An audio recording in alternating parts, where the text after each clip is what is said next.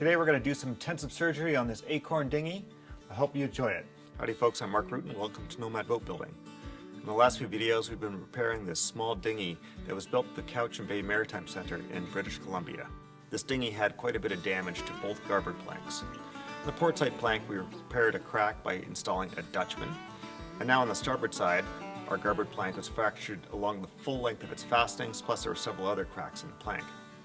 I decided the best solution is to replace about 3/4 of the plank, from the keel towards the adjacent plank. And then we're going to create a joint in the existing plank between a new section and the old section that is essentially like a scarf joint, except that it's going to be running the full length of the planking. Sort of a beveled dory lap. Now we didn't replace the entire plank because to do so would be even more work. To remove all the fastenings between the two planks could cause damage to the adjacent plank, and replacing all those fastenings when I'm single-handed is quite difficult to do. In this episode we're going to steam bend that plank to fit, and we're going to make it in two pieces with a scarf in the center. That's just going to make it a little bit easier to fit in this difficult situation. And we're going to install this plank with WEST SYSTEM Epoxies, the sponsor of this video. So I've got my steam box set up here. I just fired it up.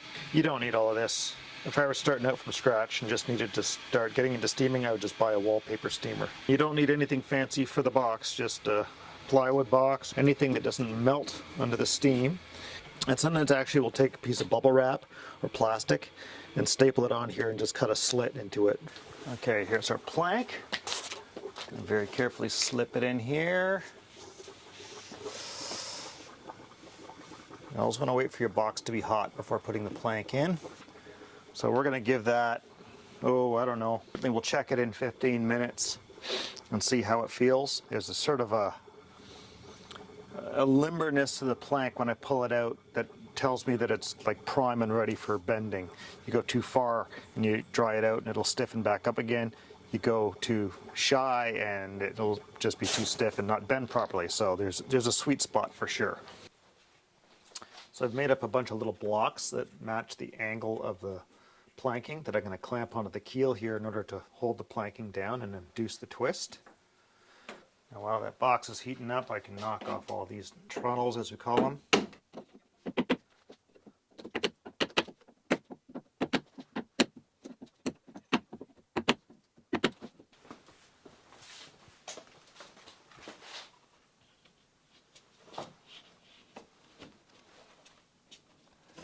Oh yeah, that feels good.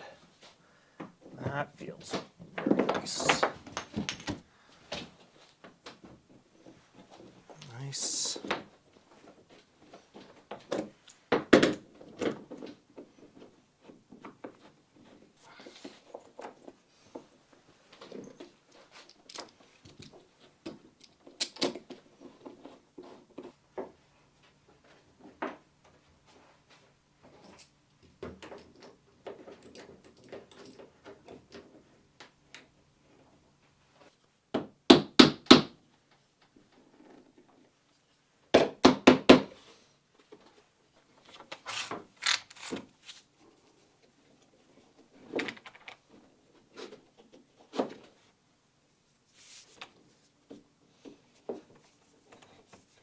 There we go.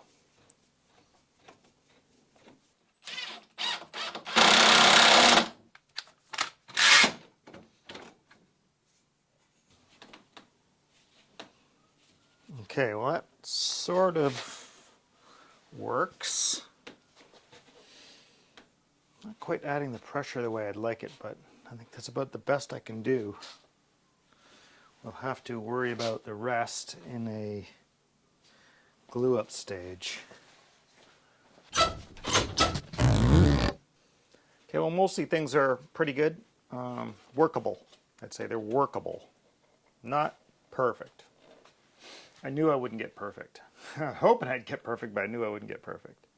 So I'm just going to leave this alone for the rest of the day. Just let it fully cool. I would really, oh man, I sure wish I could figure out a good way to get this to close up better. I might have to just adjust the bevel. It could be that's all it needs, is I need to steepen the bevel on the plank that's hanging. And crawling up inside here, this is looking quite good.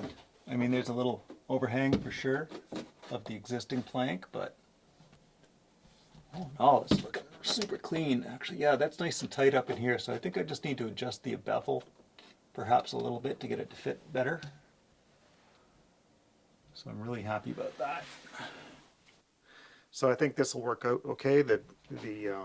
As I say, this seems a little open down here, but if I can shift the whole thing down just a hair to get a closer, tighter seam here, that'll be fine. And then we just caulk this joint more heavily, which is totally fine. And this guy's a little overhanging here, so I've got some room to shave that back to get it to a good fit, which is great. That's your ideal. A little bit of a gap back here, so somewhere in here this is not able to quite come in.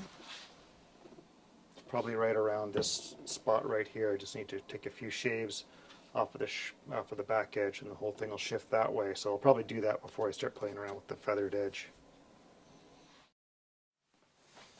Okay, now what I want to do here is I want to take a little bit of time to just look over how all this is sitting and figure out what adjustments I need to make. Looks like it comes down okay over here, but not as tight as I would like it to. And then certainly a bit proud here, and then tight over here. So I think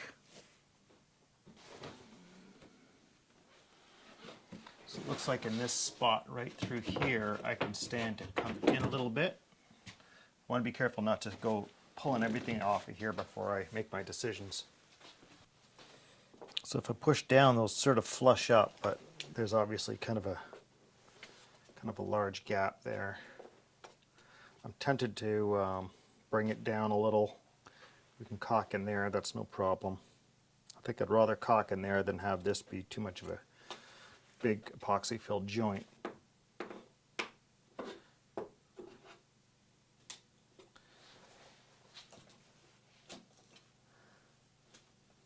Yeah, that feels like that almost, like now it doesn't fit as well down there. So I think it's my bevel's just not quite right between the two. So I think I'll adjust that a little bit, and maybe I'll adjust it on the plank as opposed to the boat. So let's see so right here is where our bevel feels absolutely perfect. And then it changes to oversized and undersized. Also, oddly, our Sir mark is not quite on the money, so I'm kind of curious what is going on under here. Maybe we'll just pop this out of the way and have a look.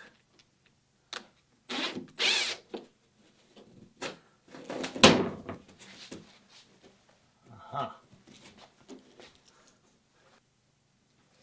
So that was sitting a hair south of where we wanted it to go. Let's try tapping it up and see what happens.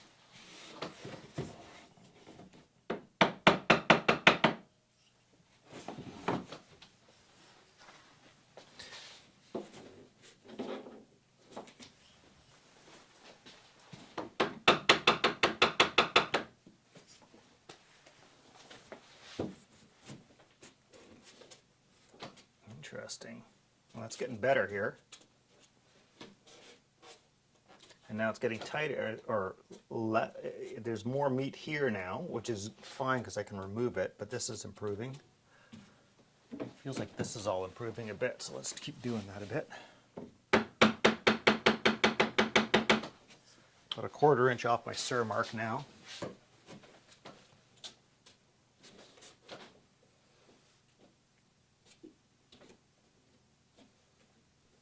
I kind of feel like I should try doctoring up the end of this to fit a bit better. Scooch it this way, and then I can play around with these bevels.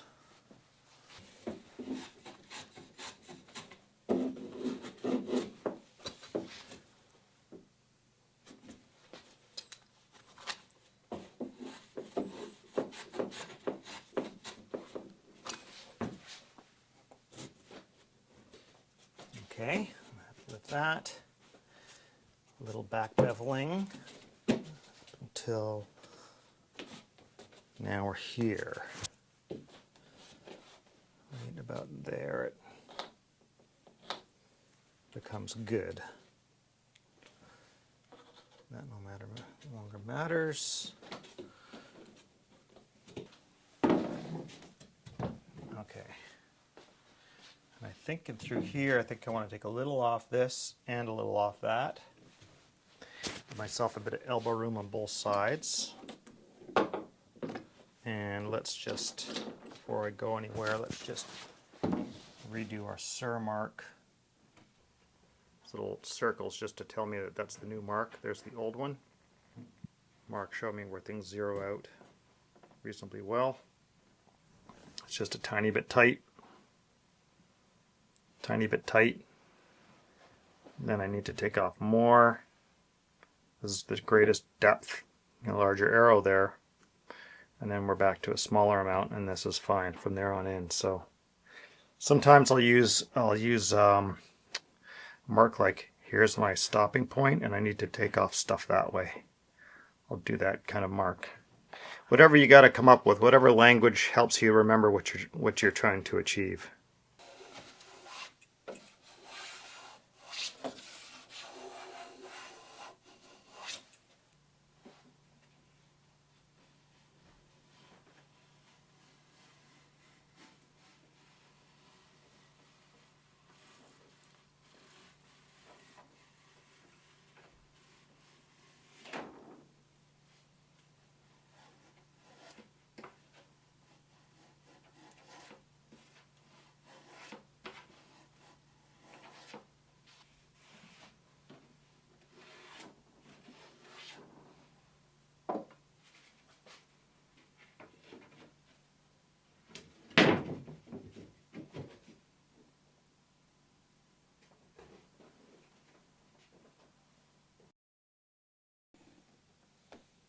Okay, I'm ready to install this, sort of, almost.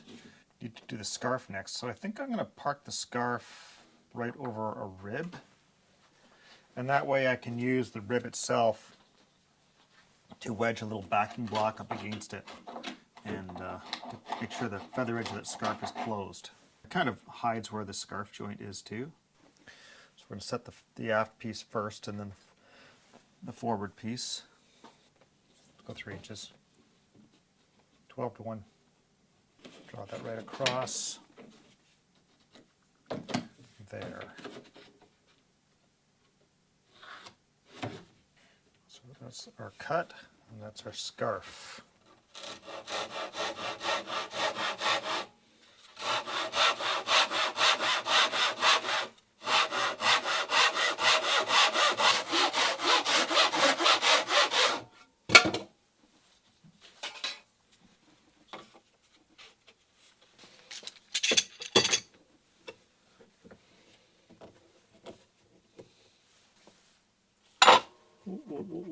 Whoa, that was close.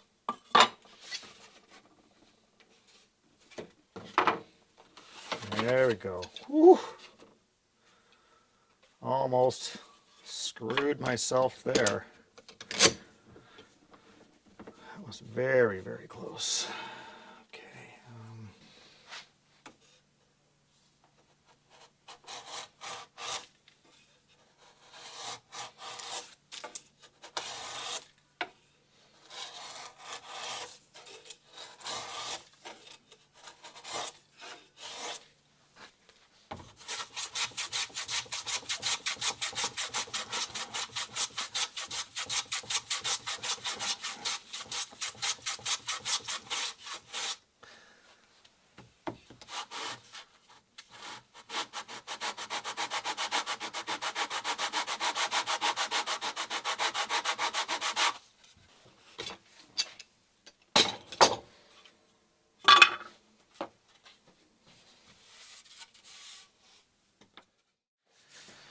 All right, I've got my parts ready to go on. I added a little shim up here. There's sort of a gap here at the very end that I didn't love. So I thought I would just add that. So what I just want to do is just double check where my scarves start and stop. Make sure they're going to jive up. So that's going to slip right up into there. So give ourselves a Sur mark on there so it's easier to identify, because we're going to put this down first and then this one.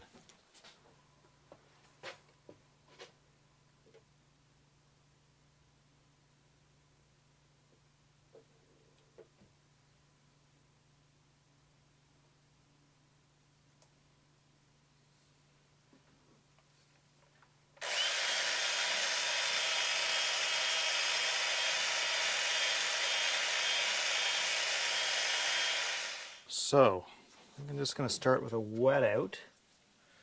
I've put some paper down on the underside of the thwarts and stuff to make sure that they're protected.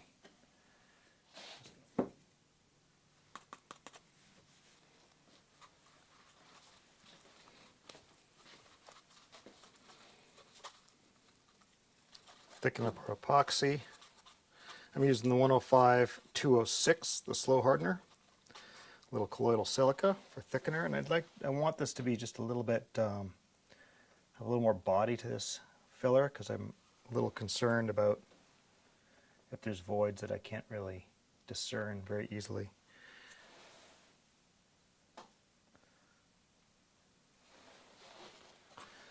Put a layer on here that's maybe, I don't know, maybe a 1/16 of an inch thick or so, or less. Enough that I know I'm going to get good contact between the two halves.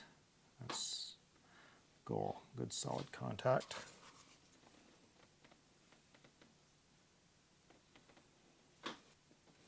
I've made a little plastic wrapped backing block for our scarf, so after the scarf is laid together, I'm going to go underneath there and we'll put some wedges in behind it. It's sitting right over a rib so that it'll press up against the feather edge of the scarf, help to close it up.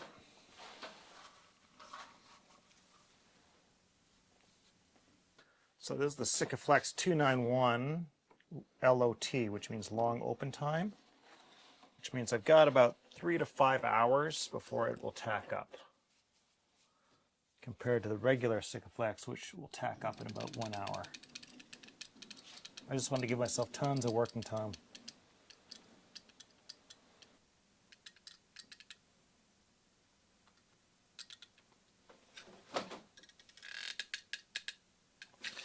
I was a little more generous at the transom.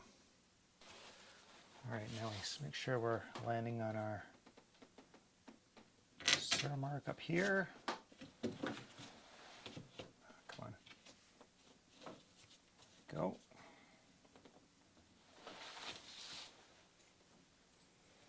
I think I'm pretty much obliged to start by popping a nail in up here, start working my way back, perhaps. And we'll just throw some weights on here. That's the way to go.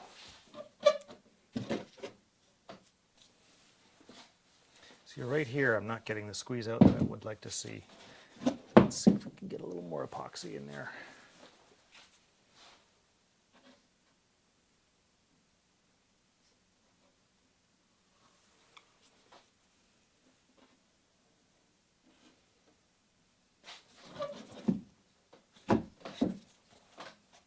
There we go. That's better.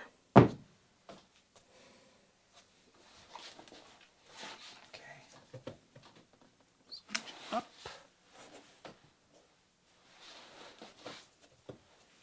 Right there. Drills.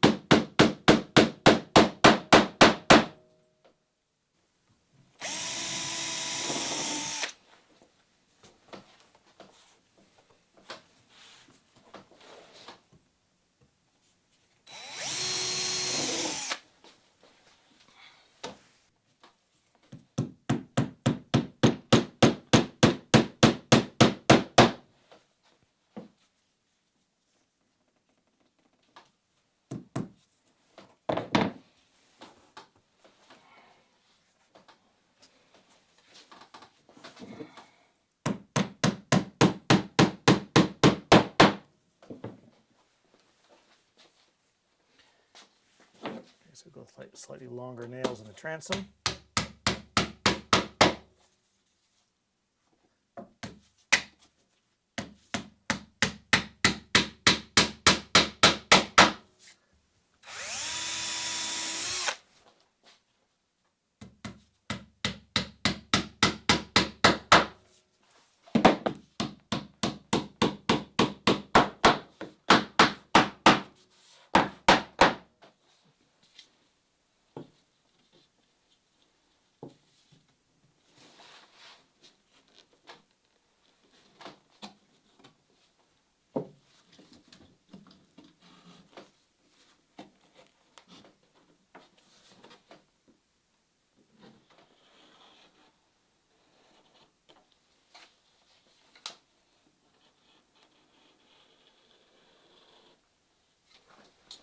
Round two. All right, next one.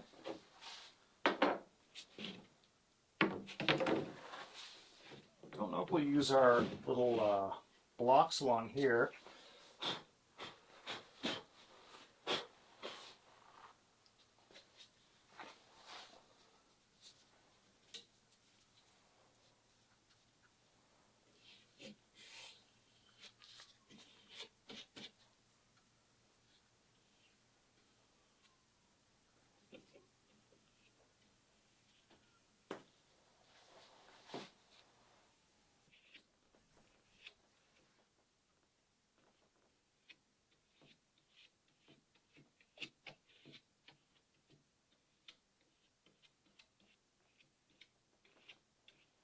If I were doing a traditional scarf, like a traditional scarf in Lapstrake, I use quite a different technique than you've seen me here. Here I've used the very standard method of just doing a full-on flat scarf.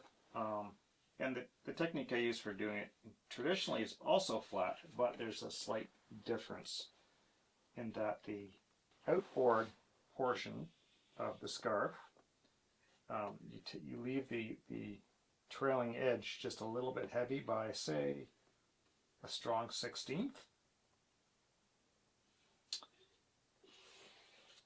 And you hollow out the scarf just a tiny little bit so that it's concave. The one that's on the boat is just flat. And then you plane off the outside of that feather edge down to a feather edge. So you've left a little bit heavy at first, so it's maybe like I say, a heavy 1/16, depending on the size of the boat, maybe even up towards an 1/8. And then you basically taper, you create sort of a rounded off scarf end. Not grossly rounded, but quite fine, but the idea being is that it applies extra pressure to that end of that scarf so it doesn't pop open.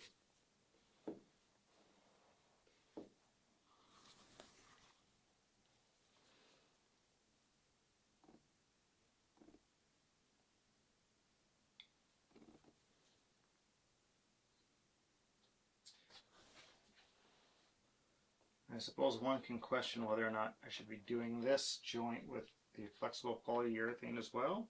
And I suppose that's quite possible, but I actually have more confidence in using epoxy for this.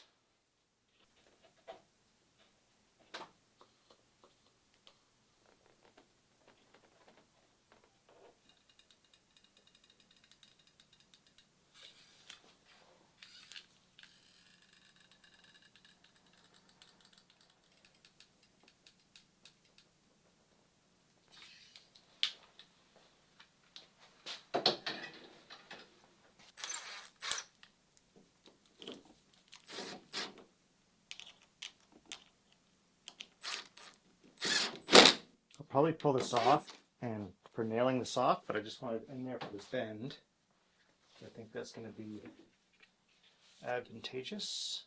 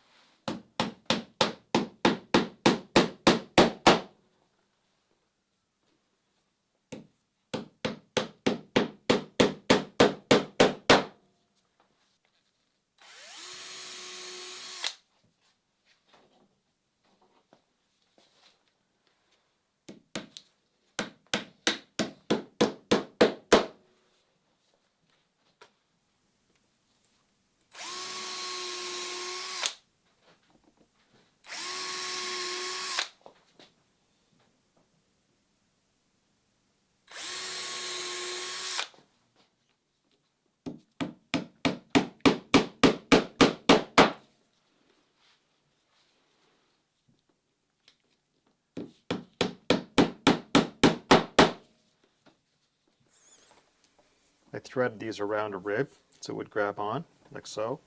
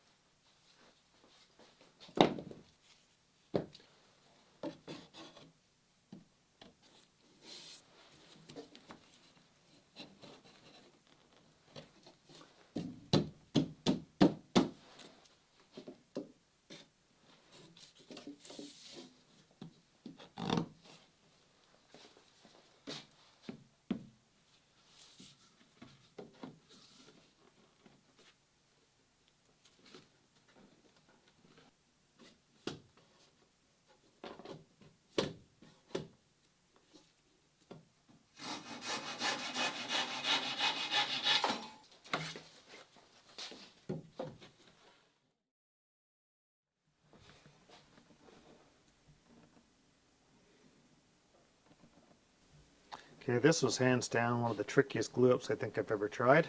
It took me a long time to get through the process and get to where I was sort of done. I'm glad I used the slow hardener, that's for sure, because it was pretty warm yesterday. Didn't really feel like it in the shop, but I could just tell. I could tell the moment I started mixing up that epoxy that it was going to be a fast kickoff day. These little tuning machines, using those as a clamp, man, those worked beautifully. My regret is that I didn't make more of them. I only had these 3 sort of junky tuning machines on hand. So if I were to get a job like this in the future, first thing I do is just jump on Amazon and buy myself maybe even a couple sets of cheap tuning machines to do exactly this and make up a whole bunch of them, because they were absolutely the ticket for sucking down this batten. Of course, I've got a little hole to fix to accommodate those, but that's nothing. Far simpler and less time consuming than screwing around with these props. That's for sure. We can break all this down now. It's the next day. And we'll pull the junk off. We got a bunch of cleanup to do. Not a ton though. I mean, mostly it all looks pretty nice. Now if I have to do a little fill with some fairing compound or something in here, not the end of the world. Or even if I don't, not the end of the world. This dinghy's been through it, and it's got the scars to prove it, so I'm not too concerned about leaving evidence of a repair in there. And I don't think the owner will be either, because she's mostly just concerned about it being functional. Let's break it down.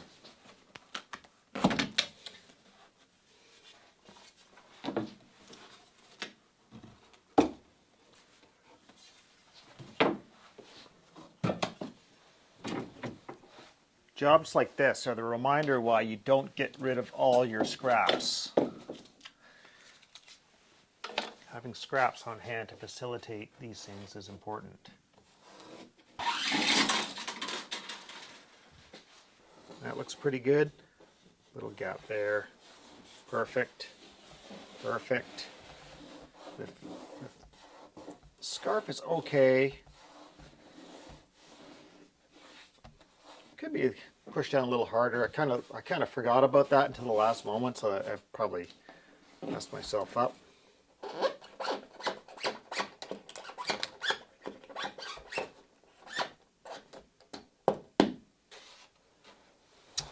Messy.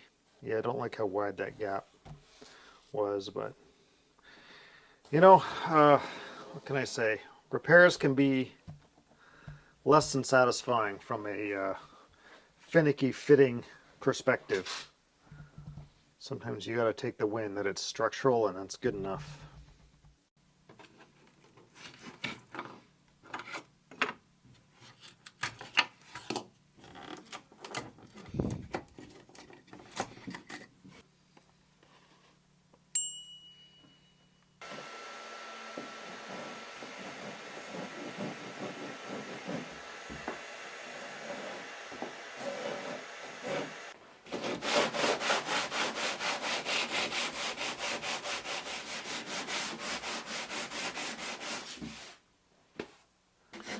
Alright, well we can cut this off.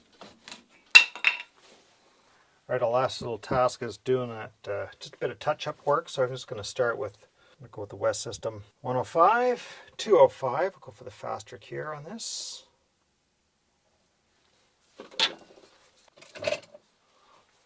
There's a bit of junk on the end of this guy there.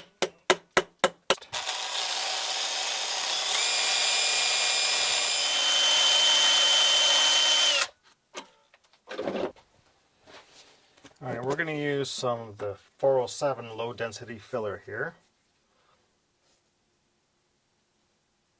I think this is what they refer to as micro balloons. I don't use that term, so I'm always a little unsure about that. Now, I know this stuff doesn't prevent sagging very easily, so I very often add a tiny bit of colloidal silica to it as well, just to make sure if you put it on vertical surfaces it doesn't fall right off on you.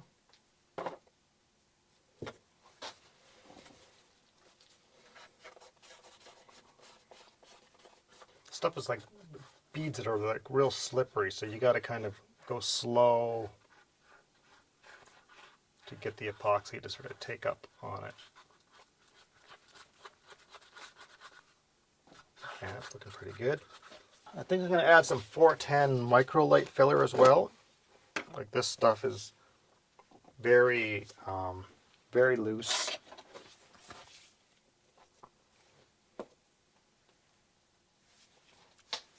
So I'm just trying to make something that'll sand out very easily. So ideally I want a consistency that's a bit like a, almost like putty.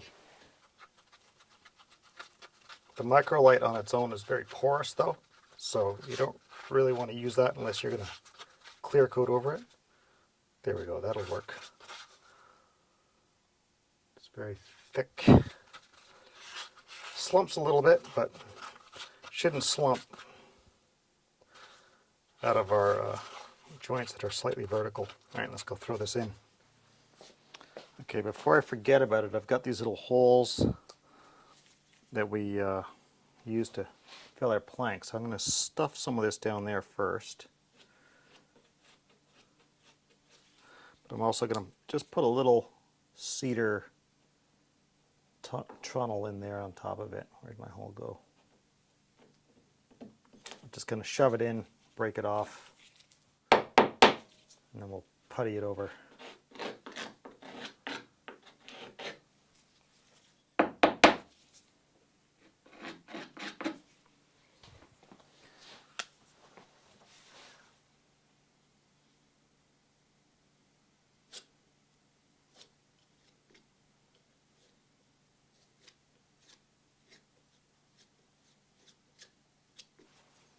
So it works best for me for doing stuff like this is to have another trowel as sort of a pallet.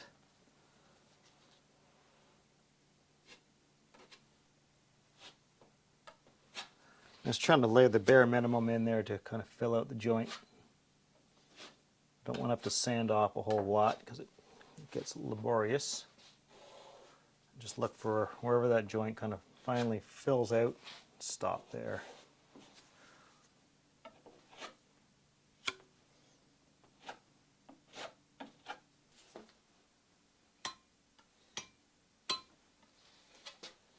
I'm not going to try and fill out all the nail holes because if you look at the rest of the boat you can see the nails all over the place, so just hit a couple that are looking a bit egregious.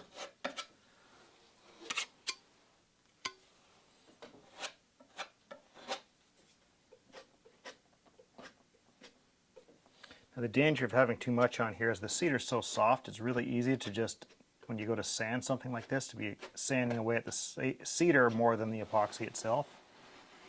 Let's try going this way. Yeah, we'll try that.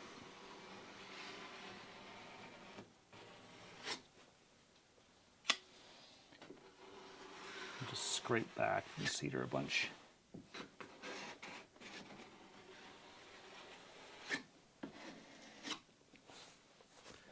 Alright, I think that's just about it. I don't feel the need At least not for my ego's sake, to make this joint completely disappear. Just want to make it look like I've done a good, reasonable job.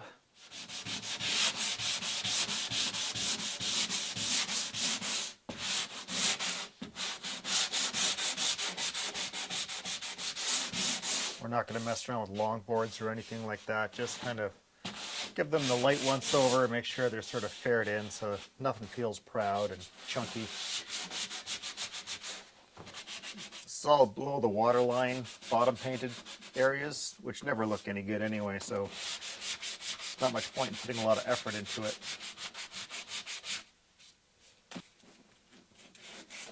Because this is a traditionally built boat, we kind of want a minimum of epoxy on this thing. We don't want like great globs of it fairing things out.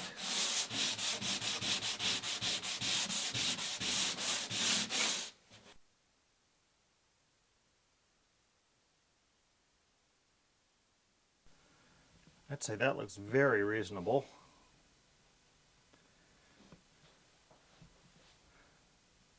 Yeah, I think I can live with that. There might be a couple tiny spots I need to do a little fill on, but I think for the most part this is looking just fine.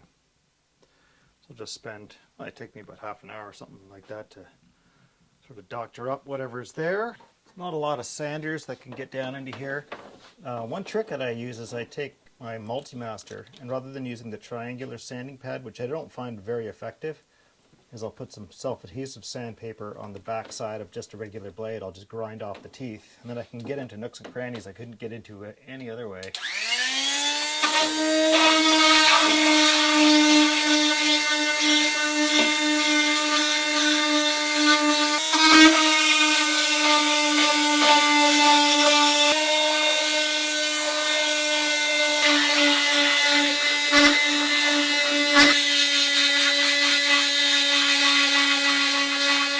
Alright, well, our bottom is all finished up now. I think that looks pretty good. You wouldn't know that we were ever in there. It's exactly what we want. Repair is as invisible as we can get within reason. So I'm happy about that. I think the customer's going to be happy. We came in under budget. However, they admittedly pushed their budget higher than they were kind of comfortable with, so I wanted to come in under if I could. Of course, there's a million things you could still do on this boat because it's an old boat that's had the daylights kicked out of it. So my goal is to fix the immediate problems that make it usable again, and we've done that. All right, well, that was a great little project, and we got to try out a few different techniques for repairing fractures in traditional Lapstrake planking. Lapstrake planking is a great way to build a boat. It's fast, it's light, it's versatile, it's quite strong for how light it is. The only downside to it is trickier to repair than other types of construction. So when I looked at this project to start with, I took a guess that I was going to take about half a day to fix the port side plank that just had a few fractures, and then I figured it would take me at least 2 days to fix the starboard side plank that had a lot of damage. Now that was just an off-the-cuff guess, and at the time I was thinking 2 days, yeah, probably, but given how much damage there is and the difficulty of doing it, it could go further. It could go to a third day quite easily. With that in mind, we set a budget that would just about cover roughly 3.5 to 4 days worth of effort. Now that the job is done, it took about 21 to 22 hours for the entire job, and I think it still took me about half a day to do the Dutchman side. That was just the smaller repair once you factor in all the effort getting set up and cutting the Dutchman, cutting the hole for it, gluing it all in, cleaning it all up, doing some paint, all that sort of stuff. And on the starboard side, that left about 16 to 18 hours to do that repair, which falls right in line with my original estimate. So I'm really happy about that. It's extremely difficult to look at a job and off the cuff guess how long it's going to take you to do that and not be like way underestimated, nor going way over the other line and being ridiculously over the estimate. To try and land like within a reasonable ballpark of what it actually takes, that's extremely tough to do. And you really only get to do that through years and years and years of experience just sort of getting a feel for it. Yeah, I'm always jealous of automotive mechanics that have their nice little repair book that tells them exactly how long it's going to take to repair any part on any given car and base an estimate on that. Man, that would be just a dream for the wooden boat builder. Does not exist and never will exist, because when it comes to wooden boat building, context is everything, and every boat is so radically different than the next in so many different little ways that it's really hard to guess what it's going to take to do any given thing. All that said, I'm really happy that I landed within a pretty reasonable distance of my original guess, almost spot on, to be honest. So the customer is going to be happy about that. We can send this boat out the door and move on to the next job. So I hope you enjoyed these videos. If you'd like to see more repair videos, please leave a comment below. If you'd like to support these videos, please consider joining me over on Patreon. You can find links in the corner or down in the description. I want to thank you all for watching, and I especially want to thank WEST System, the sponsors of this video. So please join me again for another WEST System video. We'll see you later, folks.